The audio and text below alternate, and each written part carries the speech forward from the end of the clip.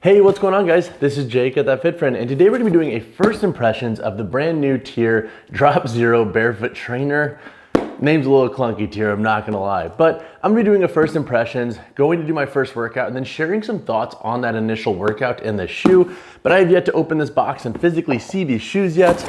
So let's take a look. So I went with the black colorway. This model retails at $150. The white and gold colorway retails at $160 USD. So keep that in mind. To be quite honest, I don't love the white and gold colorway. I am much more neutral with my preferences. So the black colorway resonated a little bit more for me. Now, something to note with these, and something that I picked up on right away, is number one, their higher price point. They have a price point similar to Vivobarefoot models. And when looking at the shoe, it seems very similar to a deadlift slipper. Now, I'm most curious, okay, is this model worth it over a deadlift slipper that has a price point of $150 if it's gonna give you kind of the same output regarding the construction and how that translates to your performance? But in this model, I think there are three things that I'm really interested in out of the gate. Number one, these midfoot straps here. So you have this dual strap system here with this Velcro here to give you additional support and security. Now, something I'm noticing right away is that this Velcro actually doesn't come down super far here. So I'm keen to know if you have to crank these tight and you do have, let's say, a narrower foot, is that going to give you enough surface area to keep these secure? Time will tell, but that's something I picked up on right away when looking at the shoe out of the box. Also, when looking at the forefoot up here, it looks plenty wide, I think, for most foot anatomies. So we don't have an aggressive taper through the midfoot, which I personally like. So I'm curious to see how these feel compared to like a Zero Shoes model or a Vivobarefoot model or the Tolos model, which are all barefoot shoes that I prefer. Now, TYR has let me know that they do have a laced shoe coming, I think, in the next few months. So if you're not a fan of the dual strap system, because to be quite honest with you, I'm not usually the most stoked on straps in like traditional training shoes. So that is something to keep in mind there. And so that all said, something also to note with this shoe is that you have this TYRTac outsole, which is basically TYR's outsole material or tech to give you more grip in the shoe. This doesn't feel super aggressive regarding its tread, but it does have a nice grip to it out of the gate. And I'm curious to see how that's gonna do today for my deadlifts and my broad jumps.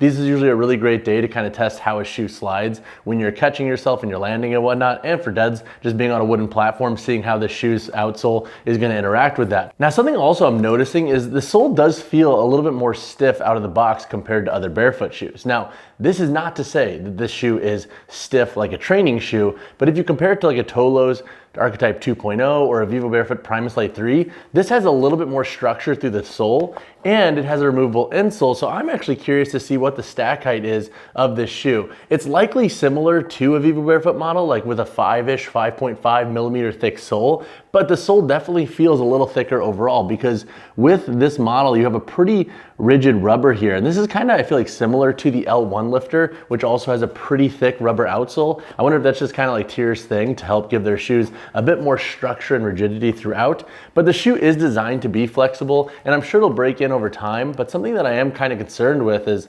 with the articulation of the midfoot, are we gonna see the straps lose out on security? So that's something I'm also gonna be keeping an eye on as I use this shoe for things like split squats and lunges, where you do want more articulation through the forefoot and midfoot in your shoe. But all that said, I have my favorite workout day today. We have deadlifts, we have broad jumps, we have some lower body exercises. So it's the perfect day, I think, to break this shoe in. But I will see you guys for the post-workout breakdown.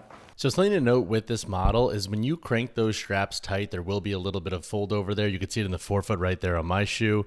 That's pretty standard with wider models, and with the dual strap system, that's just kind of how this shoe is going to fit, I think, for narrower feet.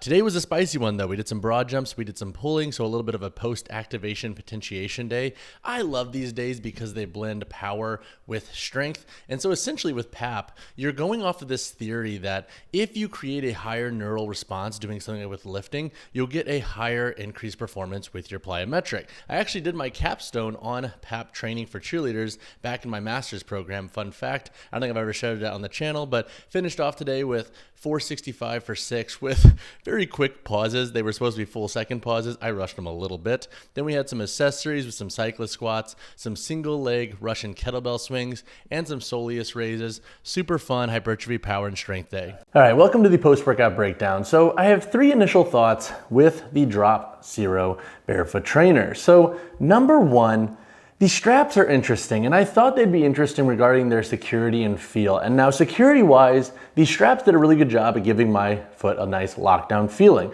I didn't feel my foot moving at all during my broad jumps or during my deadlift. So I do think the security system on this shoe will be good for most folks. Now my issue with the construction of this shoe's dual strap system and its forefoot is right here as it breaks, it's a little stiff. And so I was picking up on this when I was breaking at the forefoot doing my soleus raises, for example, as this was pushing into my foot. And so what I would say is if you wear barefoot shoes currently and you wear models like the Primus Lite Knit, the Primus Lite 3, etc., and you find that those shoes are pretty harsh with their toe break, I think this shoe is gonna be very similar because as you can see, like the break initially doesn't happen until after this like TPU and more beefed up layer here. And so it makes it kind of interesting and uncomfortable in some ways for certain movements. Now, I need more sessions in this before I say definitively how this is gonna feel because obviously as it breaks in, this will be more malleable. But I will say if you slap these on your feet, I think you'll pick up on the fact that the forefoot has a deeper break than other barefoot shoes on the market.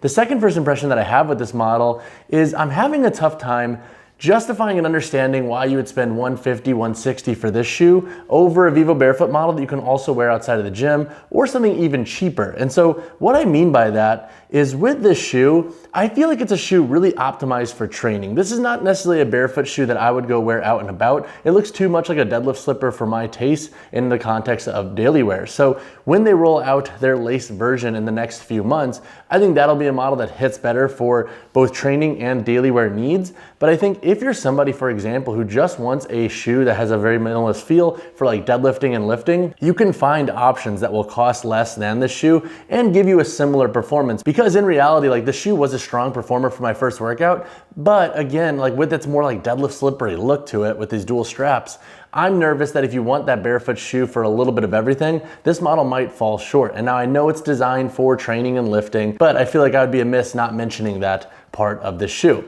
My third first impression with this model is I do like the grip and the rigidity of the sole. And so I think if you're somebody who is new to barefoot shoes, this could be a good option to explore. It does give you a little bit more of a rigid sole compared to shoes that are super minimalist. So in broad jumps, for example, this model wasn't as harsh on my feet when catching myself in my landing. And with this booty style construction, it is pretty easy to slip on and off. So I do like that as well. Now I'm curious when they roll out the lace version, if they'll keep this booty style construction on that next iteration.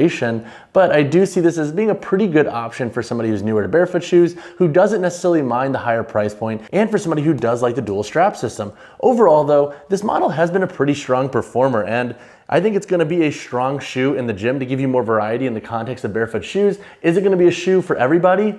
That's up in the air still, and I still want to test them more before I draw definitive conclusions there, so definitely stick around for my review. But if you decide to buy this model in the meantime, I would say go true to size. I have an E-width foot. This model fit really well, fit very snug on my foot in the sense of like length felt true, and the width was wide enough to give me room to splay my toes and move. So I think true to size should be the call for most folks, but I'll have more thoughts on that as well in my full review. And that said, if you don't feel like waiting for my review, definitely check out the shoes. I have them linked down below. Buy through those links to help support That Fit Friend if you decide to buy a pair. But all that said, if you have questions in the meantime, drop a comment down below or reach out to me personally, whichever you prefer, and I'll see you guys in the next one. Drop a like in the video, drop subscribe to the channel. Peace.